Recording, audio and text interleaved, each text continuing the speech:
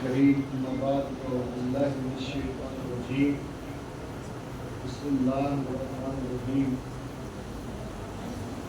ما کان محمد ابا احد من رجالکم ولکن رسول اللہ وخاتم النبیین وکان اللہ بکل شیء علیما صدق اللہ العلی العظیم وصدق رسولہ النبی الکریم الامین والرؤوف الرحیم ذی القوة العظیم مولاي صلی وسلم دائما ابدا علی حبیبک خیر الخلق کلہم والحبیب الذی ارجع شفاعته لكل قول من الاحوال المتقدمین.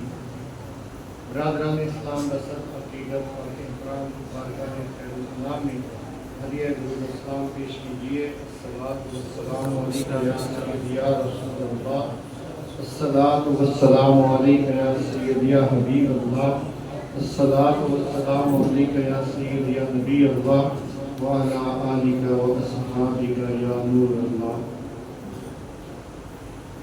مبارکباد کے مستحق ہیں فاضل جلیل حضرت علامہ مولانا القاری الحافظ محمد نذر حسین جماعتی صاحب مقدس اللہ العالی، کہ جنہوں نے آج 7 ستمبر کو یہ خوبصورت محفل سجائی. اور میں شکریہ ادا کرتا ہوں حضرت علامہ مولانا محمد عمر حیات حیدر جماعتی صاحب کا. انہوں نے دعوت دی، میں حاضر ہوا، اور اس کے ساتھ تشریف فرما ہے حضرت علامہ مولانا غلام محی الدین صاحب. تمام احباب سب کو خوش آمدید.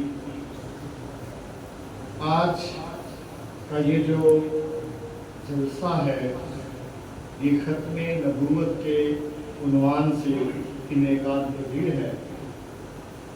ختم نبوت کو سمجھنا اور اس کی حفاظت کرنا یہ از حد ضروری ہے. میرے آقا صلی اللہ علیہ وسلم نے ارشاد فرمایا ختم بی النبیون، اللہ نے میرے اوپر سلسلہ نبوت کو ختم فرما دیا ہے. لا نبی بعدی، فرما گئے یہ ہادی لا نبی بعدی، کہ میرے بعد اور کوئی نبی اس جہان رنگ و بو میں نہیں آئے. میرے آقا کی نبوت آفاقی بھی ہے اور عالمگیر بھی ہے.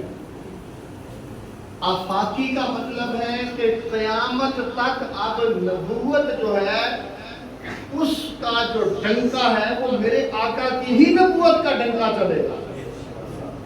اور عالمگیریت کا مطلب یہ ہے کہ پہلے انبیاء کرام مخصوص علاقوں کے نبی بن کے آتے تھے، میرے آقا سارے جہان کے نبی ہیں. ایک تو سارے جہان کے ہیں اور دوسرا قیامت تک کے لیے ہے. اب اس وقت جو عیسائی ہیں، یہودی ہیں، ہندو ہیں، دیگر جتنے بھی مذاہب ہیں، ان کے بھی نبی اصل میں آقا دو جہاں ہیں. ان کے نبی بھی کون ہیں؟ آقا دو جہاں ہیں. لیکن پھر بھی وہ مسلمان نہیں ہیں. کیوں؟ اس لیے کہ آقا تو ان کے نبی ہیں، انہوں نے آقا کو نہیں مانا. جب تک وہ اپنی گردن آقا کے آگے سر تسلیم خم نہیں کریں گے وہ مسلمان نہیں ہو سکیں گے. تو اسلام کے لیے کہ وہ مسلمان ہوں یہ ضروری ہے کہ وہ اپنی گردن اس کریم آقا کے آگے جھکا دیں. جس دن وہ گردن جھکائیں گے، میرے آقا کا کلمہ پڑھیں گے، جہنم سے نجات پائیں گے، جنت میں جائیں گے. مسکرا کے کہہ دیجیے سبحان اللہ. یزمان نے کہا تھا کہ ایک لمحے میں 2 صدقوں کا ثواب ملتا ہے. مسلمان بھائی کو دیکھ کے مسکرانا یہ بھی صدقہ ہے، اور لفظ سبحان اللہ کہنا یہ بھی صدقہ ہے. حضرت جناب سیدنا ابو بکر صدیق سب سے پہلے، اگر دیکھا جائے تو خود حضور نے اپنے ختم نبوت کی حفاظت فرمائی ہے. حضور کے دور میں بھی ختم نبوت کی خود حضور نے حفاظت فرمائی. اور حضرت ابو بکر صدیق رضی اللہ تعالیٰ عنہ وقت مختصر ہے، میں بات کو سمجھیے گا. جتنی بھی جنگیں لڑی گئی ہیں اسلام کی، ان کے جو شہداء ہیں ان کی تعداد 259 ہے. کم و بیش کتنی ہے؟ یعنی ایک کام 260.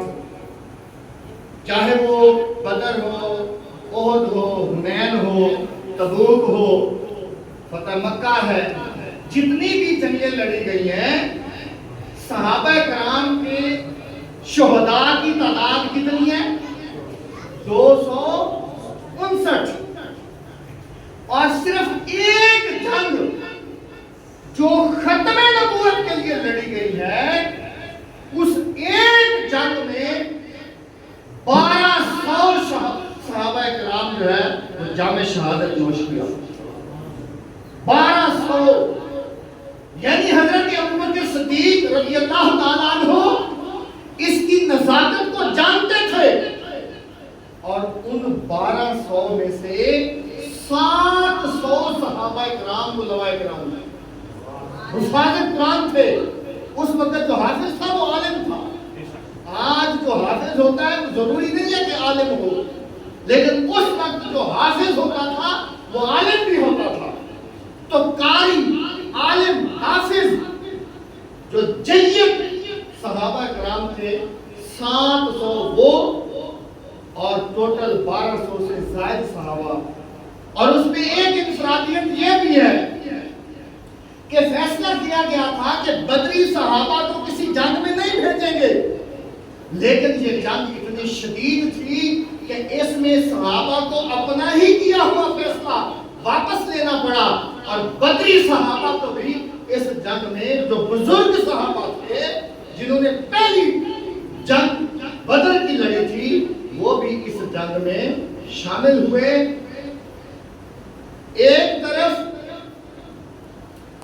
1200 صحابہ کرام شہید ہوئے، اور دوسری طرف اتنی گھمسان کی جنگ تھی کہ 30,000 کم و بیش کافروں کو قتل ہو گیا. تو اس دور سے یہ سلسلہ چلا اور اب تک چلتا آیا. حضرت پیر مہر علی شاہ رحمۃ اللہ تعالی علیہ نے مرزا قادیانی کے خلاف ایک کتاب لکھی تھی، شمس الہدایہ.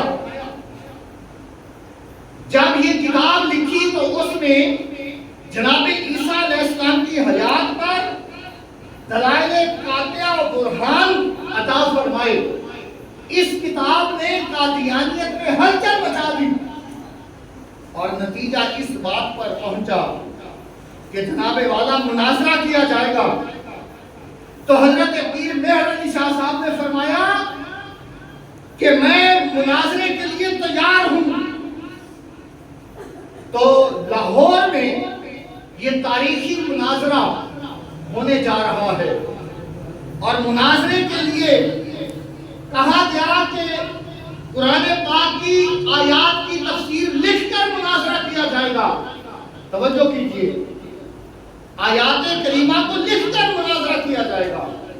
آپ نے فرمایا تم بات چیت کرنا چاہو تو تب بھی میں حاضر ہوں، تم لکھ کر کرنا چاہو تب بھی میں حاضر ہوں، تم مناظرہ کرو تب بھی میں حاضر ہوں، تم مباہلہ کرنا چاہو تب بھی میں حاضر ہوں.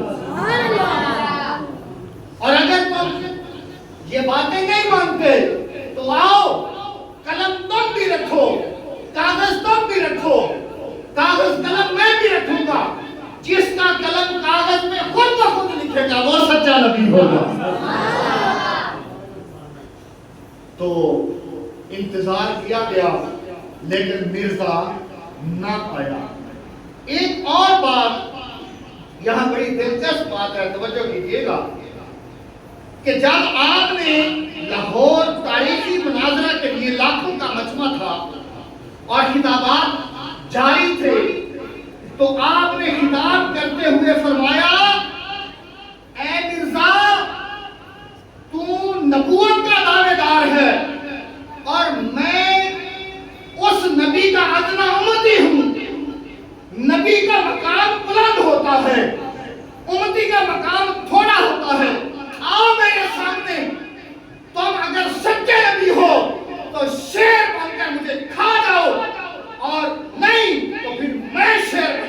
آ جاؤں گا.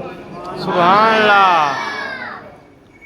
جب یہ دعویٰ آپ فرما رہے تھے نا تو کہتے ہیں کہ آپ کے کاندھوں پر شیر کی طرح بال نمودار ہونا شروع ہو گئے. تو پیچھے سے کسی نے کہا حضرت شریعت شریعت شریعت. سبحان اللہ.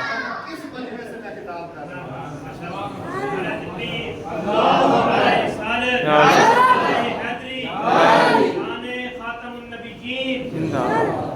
یہ اتنا بڑا چیلنج ہے جس کا کوئی تصور نہیں کر سکتا. بعد میں قبلہ پیر میر علی شاہ صاحب سے کسی نے پوچھا حضرت اتنے بڑے بڑے دعوے کر دیے, اتنی بڑی بات کر دی, اور اگر وہ آ جاتا یا اس دعوے کو قبول کر لیتا تو پھر کیا ہوتا؟ سبحان اللہ. آپ نے فرمایا یہ دعوے میں نے ایسے نہیں کیے, میری توجہ خواجہ شریف کی طرف تھی. جب میں نے یہ دعویٰ کیا مجھے سرکار سے اذن ہوا تھا تب میں نے دعویٰ سے حضرت پیر سید جماعت علی شاہ صاحب مدد اللہ العالی آپ ہی تحریک ختم نبوت کے بہت بڑے سرگرم رہنما تھے.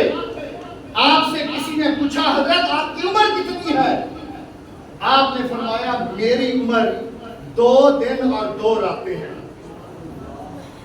صحافی نے آپ سے سوال کیا حضرت پیر سید جماعت علی شاہ صاحب رحمت اللہ تعالیٰ علیہ آپ کی عمر کتنی ہے؟ آپ نے فرمایا 2 دن اور 2 راتیں. حیران ہو گئے حضرت آپ مذاق کر رہے ہیں. فرمایا مذاق نہیں کر رہا. انہوں نے پوچھا پھر کیسے؟ آپ نے فرمایا وہ 2 راتیں جب مجھے سزا سنائی گئی تھی کہ ان کو پھانسی لگائی جائے گی, وہ 2 دن اور 2 راتیں جو کال کوٹھڑی میں نے پھانسی کے انتظار میں گزاری تھی حقیقت میں میری وہی عمر ہے. باقی عمر تو میری ایسے گزر گئی ہے, اصل میری عمر وہ ہے. ایک بزرگ کسی قبرستان میں گئے, کہتے ہیں وہاں انہوں نے اس قبرستان کا جائزہ لیا تو اوپر جو کتبے لکھے تھے اس کے اوپر لکھا ہوا تھا یہ فلاں بندہ ہے, فلاں کا بیٹا ہے اور اس کی عمر ہے 3 سال, کسی کی عمر 2 سال, کسی کی 28 سال, کسی کی 1.5 سال. سر پکڑ کے بیٹھ گیا. قبریں بڑی ہیں, عمریں اتنی چھوٹی لکھی ہوئی ہیں, اس کی وجہ کیا ہے؟ انہوں نے کہا حضرت یہ جو سفر ہے نا یہ سچا سفر ہے, یہ جھوٹا سفر نہیں ہے. ہم یہاں وہی عمر لکھتے ہیں جو اللہ اور اس کے رسول کی اطاعت میں گزرتی ہے. تو حضرت پیر سید جماعت علی شاہ صاحب فرماتے ہیں میری زندگی بس 2 ہی دن ہے اور 2 ہی راتیں ہیں. تو میرا وجد یہ کہتا ہے, میرا ایمان یہ کہتا ہے کہ گویا کہ ان 2 دن اور 2 راتوں میں جو ان کو عشق کا مزہ آیا ہوگا, جو انہوں نے آقا کی ملاقات کا انتظار کیا ہوگا, وہ جو لطف اور سرور آیا ہوگا, وہ سمجھتے ہیں کہ یہی میری زندگی ہے. حضرات گرامی, ختم نبوت کا مسئلہ یہ عام مسئلہ نہیں ہے, یہ بہت اہم اور ضروری مسئلہ ہے. آج بھی اس بات کی ضرورت ہے کہ ہم اپنی آنے والی نسل کو حضور خاتم النبیین صلی اللہ علیہ وسلم کی ختم نبوت سمجھائیں اور ان کو تیار کریں, ایسے مجاہد تیار کریں جو وقت آنے پر اس ختم نبوت پر پہرا دیں. اور یہ ہماری ذمہ داری ہے اس وجہ سے کہ اب کسی اور نبی نے نہیں آنا, تو اس کی ذمہ داری اس امت پر عائد ہوتی ہے.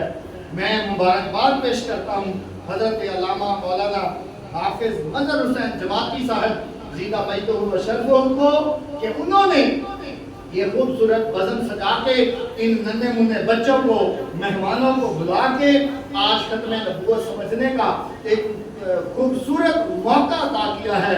اللہ کریم ہمیں یہ مواقع عطا فرماتا رہے اور ہم ان مجالس میں شریک ہوتے رہیں, اور اللہ کریم ہمیں, ہماری اولادوں اور تا قیامت ہماری آنے والی نسلوں کو اس خاتم النبیین پر یقین رکھنے کی توفیق عطا فرمائے. ہماری نسلوں میں کوئی مرتد نہ ہو جائے, کوئی قادیانی نہ ہو, کوئی بد مذہب نہ ہو. اس دعا کے ساتھ اللہ سے التجا چاہتا ہوں کہ کریم رب ہماری اس التجا کو قبول فرما، اس ادارے کو دل دگنا رات چگنا ترقی عطا فرما۔ یہ جو آج کے ننھے منھے بچے ہیں ان بچوں کو عالم بنا اور محافظ ختم نبوت بنا۔ وما توفیقی